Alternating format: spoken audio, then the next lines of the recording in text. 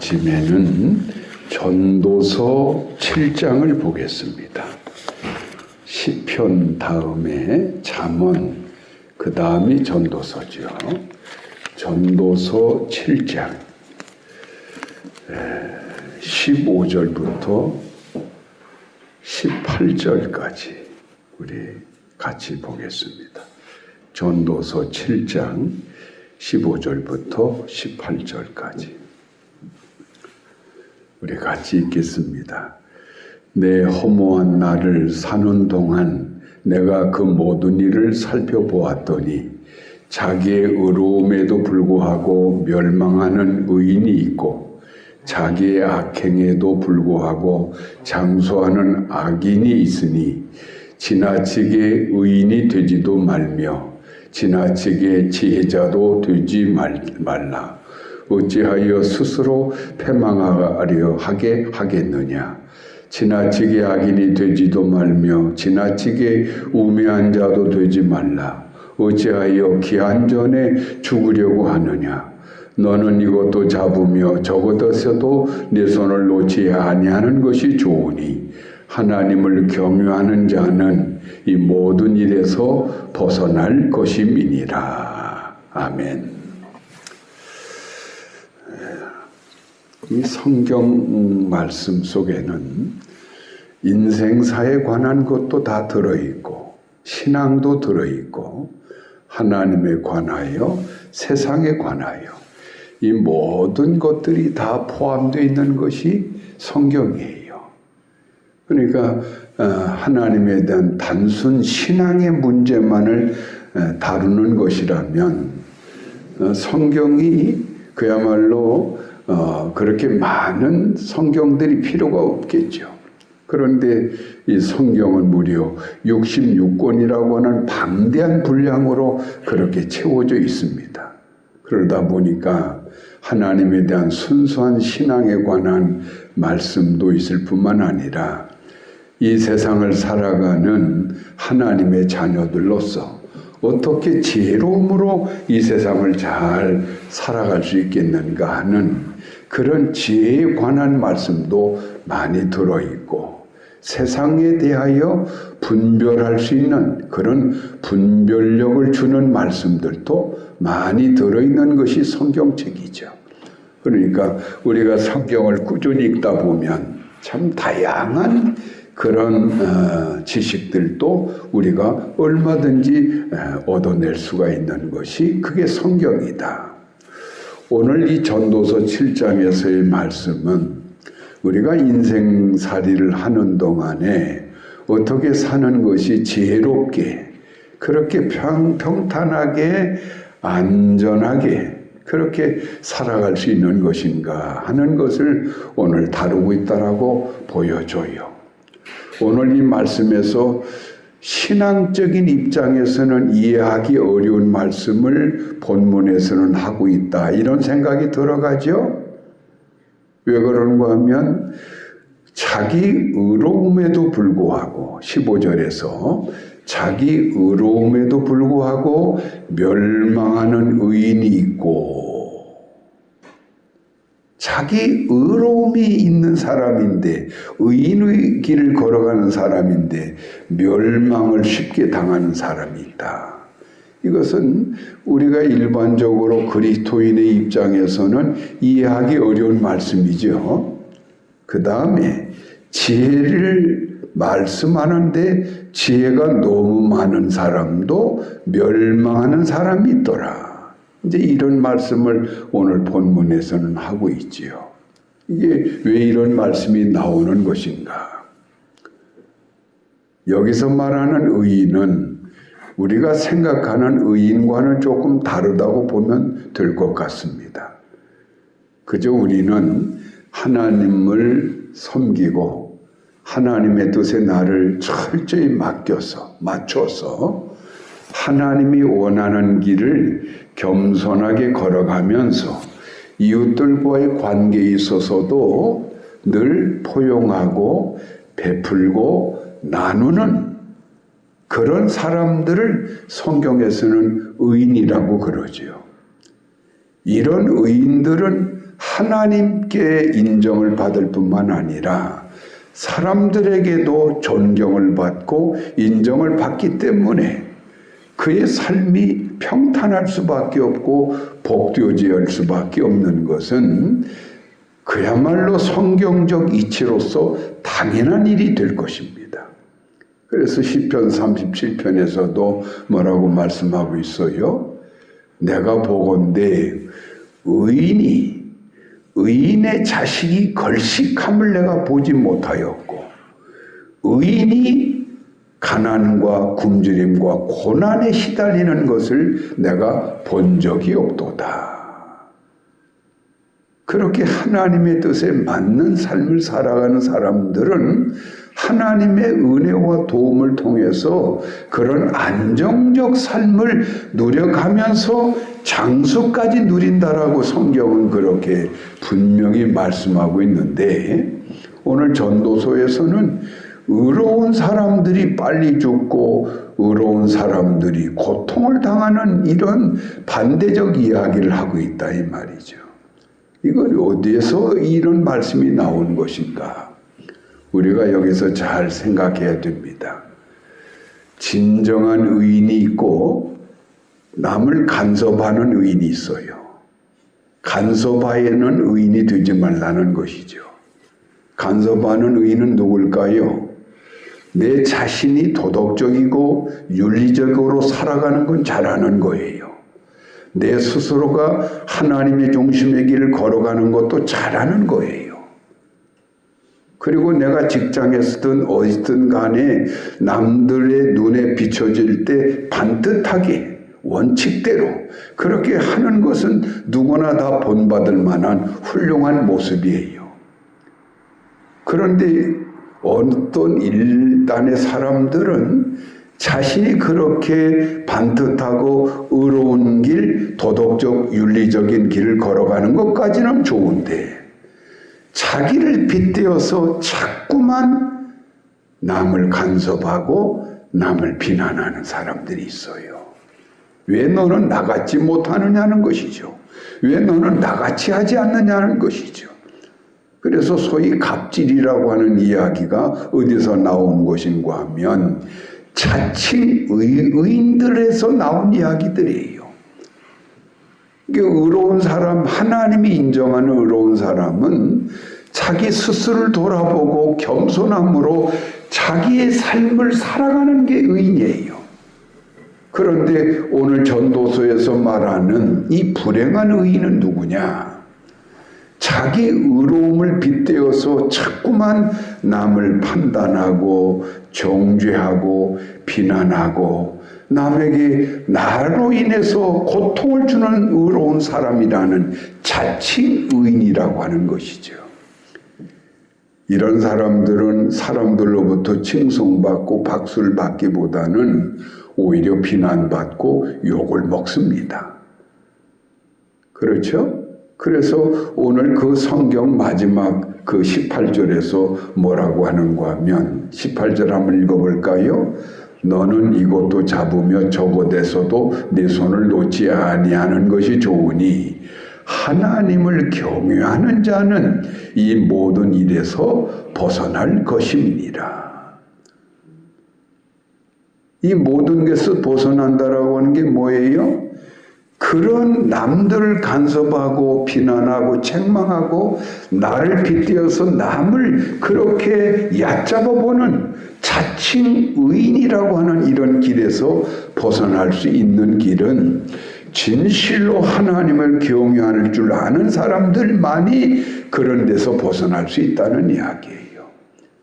아닌 게 아니라 우리가 정말 하나님 앞에 겸손함으로 늘 머리를 조아리고 진정으로 하나님께 기도하는 사람, 그래서 영적으로 껴있는 사람들은 나 자신의 죄를 돌아보기도 바빠요.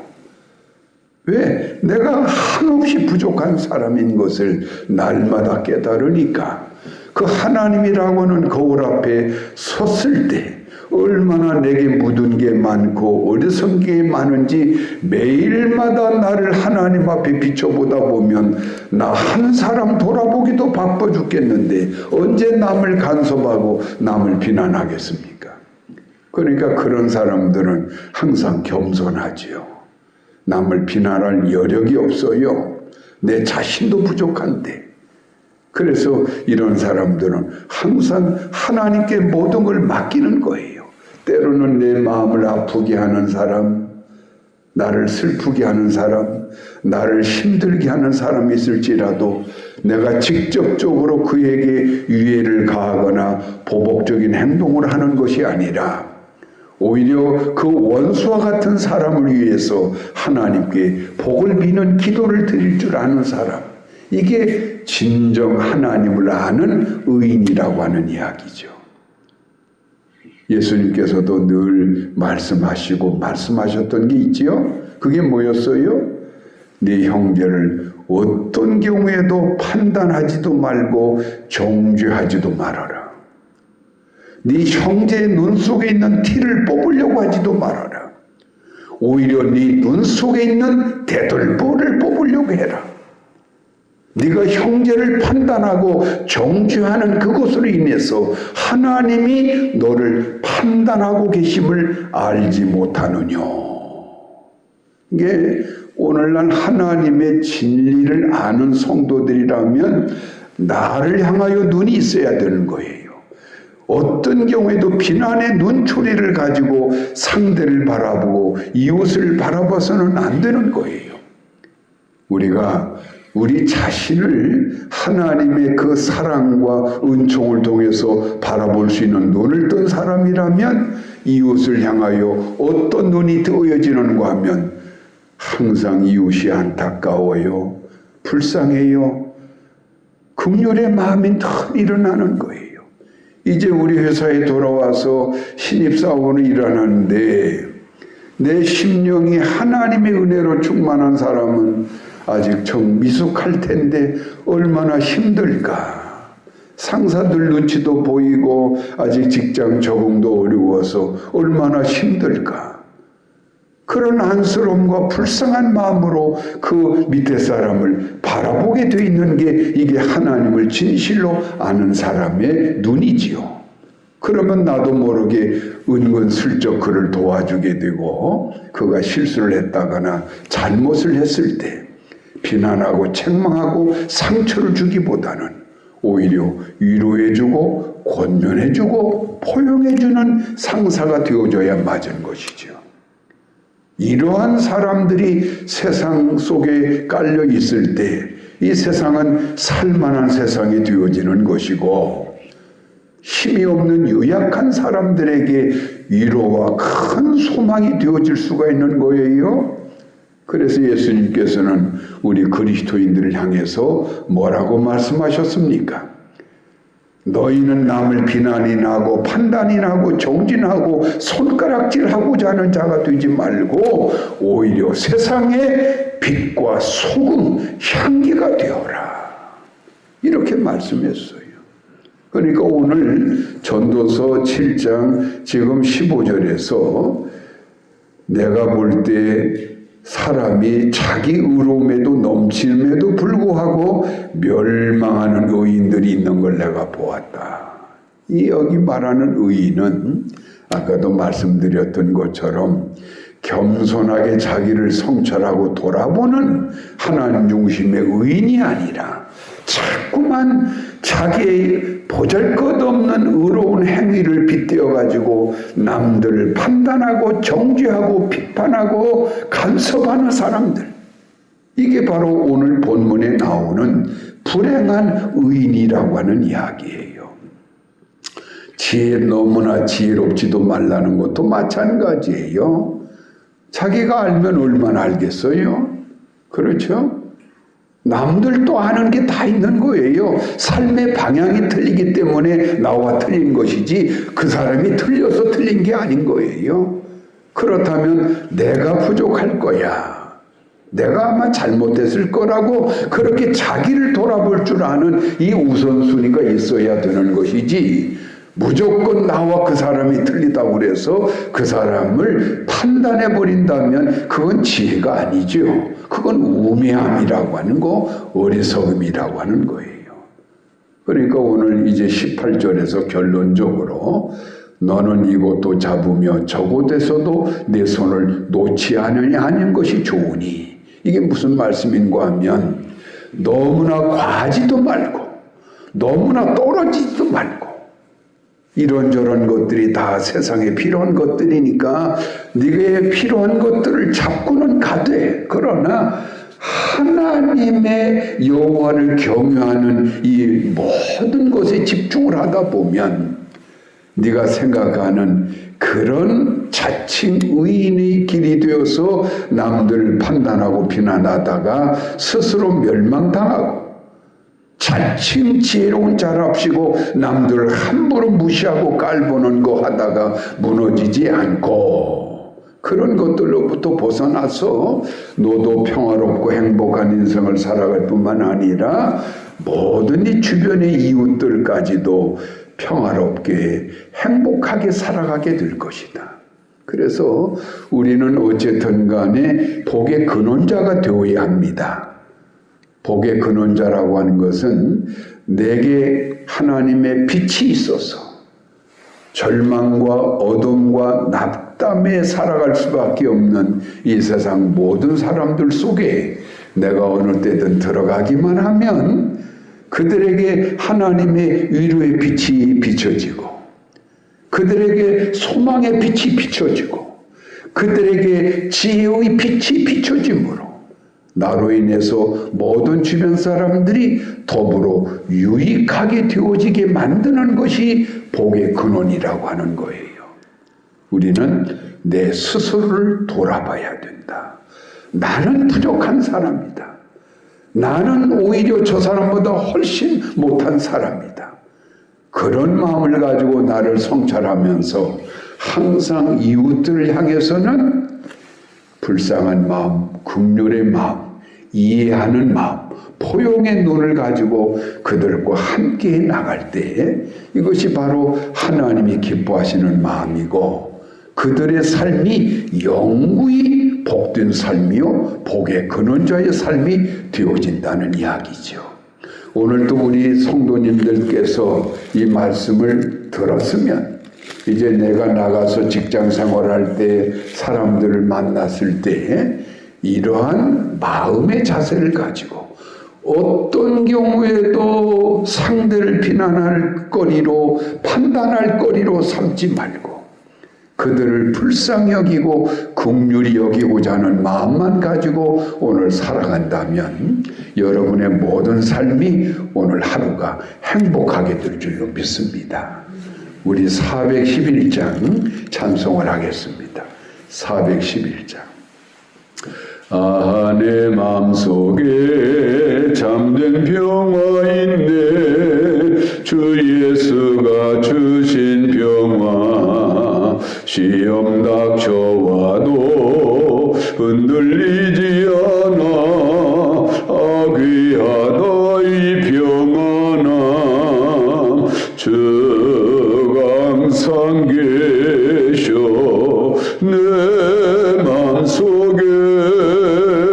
주 항상 계셔 아 기쁘다. 주 나의 맘에 계셔 위로하시네. 어찌 내가 주를 떠나 살까. 주 날개 아래 내가 사는 동안이 보배를 빛내리라. 기쁜 그날이 와 주를 만나 뵐 때 아 그 평화 영원하리. 주 항상 계셔 내 맘속에. 주 항상 계셔 아 기쁘다. 주 나의 맘에 계셔 위로하시네. 어찌 내가 저를 떠나 살까. 아멘. 기도하겠습니다. 우리 아버지 하나님께서는 늘 우리를 도우시고 은혜로 인도해 주시지만 이렇게 또 세상살이를 살아갈 때 필요한 지혜의 말씀도 주셔서 어쨌든 우리의 모든 삶이 늘 평화롭고 안전하고 또 이웃과도 좋은 관계를 맺으면서 그런 복된 삶의 길을 살기를 원하시기에 오늘 또 이런 지혜의 말씀을 저희에게 주신 줄로 믿사오니 우리 성도님들 이 말씀을 오늘 마음에 깊이 새기고 모든 이웃들과의 관계에서 자칭 의인의 삶을 살지 않게 하시고 항상 이웃들을 포용하고 긍휼히 여기는 마음만 가지고 오늘도 세상을 살아가므로 하나님의 자녀로서의 참된 행복과 기쁨과 복의 근원자의 길만을 걸어가도록 성령님 우리 온 교우들을 오늘도 붙잡아 주시옵소서. 예수님 이름으로 감사기도하옵나이다. 아멘.